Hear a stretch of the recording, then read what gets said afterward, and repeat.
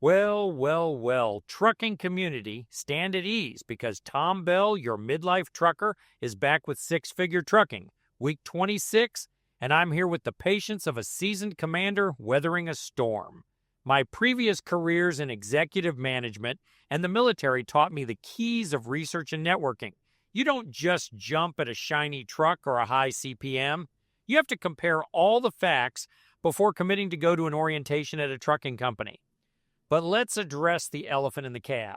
Far too many of you are out there moaning about your carriers like it's a never-ending episode of As the Truck Turns. I'll wait while you figure it out, folks. But stumbling into a good gig by tripping over your own logbook isn't the strategy. It takes engaging the chain of command and digging into the data, not just venting on social media like it's therapy hour. I've been holding this briefing for over 5 years, dropping truth bombs on pay, hours, and home time right here. And this week, Cheeseman's stepping up, expanding with a strategic deployment, not scrambling.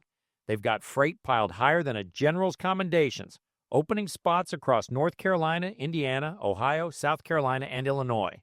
No desperation hiring here, just a calculated advance. But before you charge ahead, let's debrief, soldier style. Now let's review the mission objectives. Cheeseman's got OTR and regional positions up for grabs. What's the difference? Regionals are the lucky ducks who roll home every week for 2 whole days, not some pitiful 34-hour reset. I'll pause for a moment to let that sink in. Last time I checked my watch, and I did, because I'm not a desk jockey, there's more than 34 hours in 2 days. It's like a tactical R&R between hauls, courtesy of good logistics, not a recruiter's empty promise. Then you've got OTR drivers, my steadfast unit, who stay out 2 weeks, conquering the highways like a seasoned platoon, then take 3 days off to regroup. Think of it as a strategic retreat after a campaign. I've been living this life since 2019, not just drafting executive orders in some corner office, so I know the terrain. And speaking of knowing the terrain, let's talk the check life. Culture, home time, equipment, compensation, knowledge. That's my command structure, refined from my days shaping strategies as a senior VP of a newspaper empire, now deployed in the cab.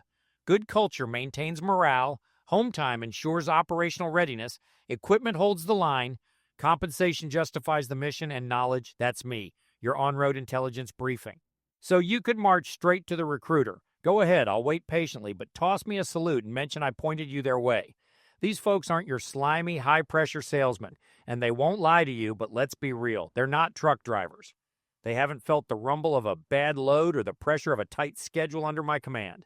That's where I come in. Hit me up first. I'll give you the unfiltered driver's eye view on this check life. Got questions? Grill me during the briefing.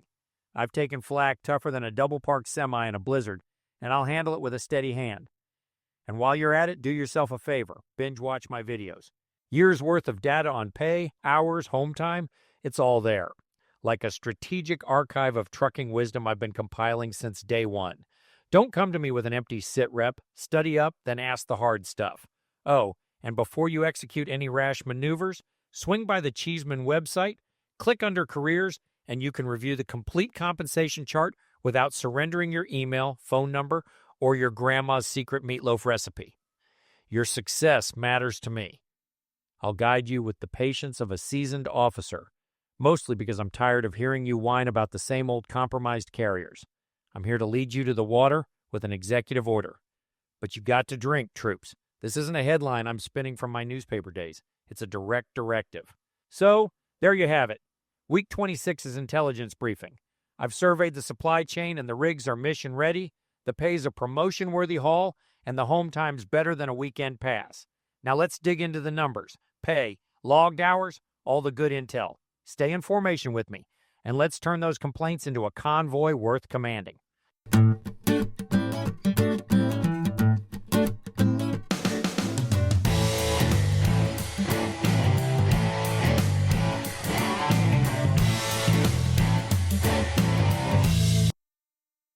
First, we'll talk about my logs for the week. I was paid for 2,853 dispatched miles. I had 2,955 logged miles. The day in orange, I was on paid 34-hour reset.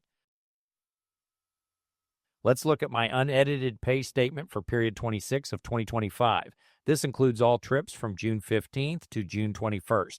Empty miles paid $198. Securement paid $79. Hazmat miles paid $20. Loaded miles paid $1,606 and stops $249. Total earnings for this week was $2,152. 26 weeks into the year, my gross income is $58,320, and my total miles is 74,442. That averages out to $2,243 per week and 2,863 miles. Estimated out over 52 weeks, my estimated annual is $116,640. Year-to-date numbers as of week 26 of 2025. I've been paid for 74,442 miles, covering 32 states, making 183 stops. 94% of those miles have been loaded, averaging 78.3 cents per mile. Here's the home time that I've taken this payroll year through the end of the 25th week.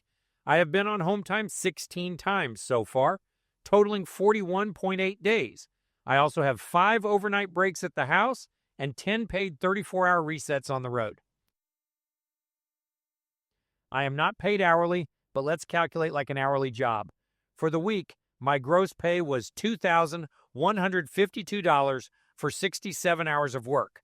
If we break it down into a typical hourly job, it could be 40 regular hours and 27 hours of overtime, resulting in an effective pay rate of $26.95 per hour. For the year, my gross pay so far is $58,320 for 1,504 hours of work. If we break it down into a typical hourly job, it could be 1,009 regular hours and 495 hours of overtime, resulting in an effective pay rate of $33.31 per hour. Taking a look at the if only truck drivers were paid for every hour in the truck calculation page. 26 weeks have gone by so far that totals 4,368 hours. I have been at home 1,004 of those hours. That works out to 3,364 hours from the pre-trip, leaving home to the post-trip returning home. My compensation through week 26 is $58,320. That works out to $1,734 per hour away from home. As always, make sure you're enjoying every day at work.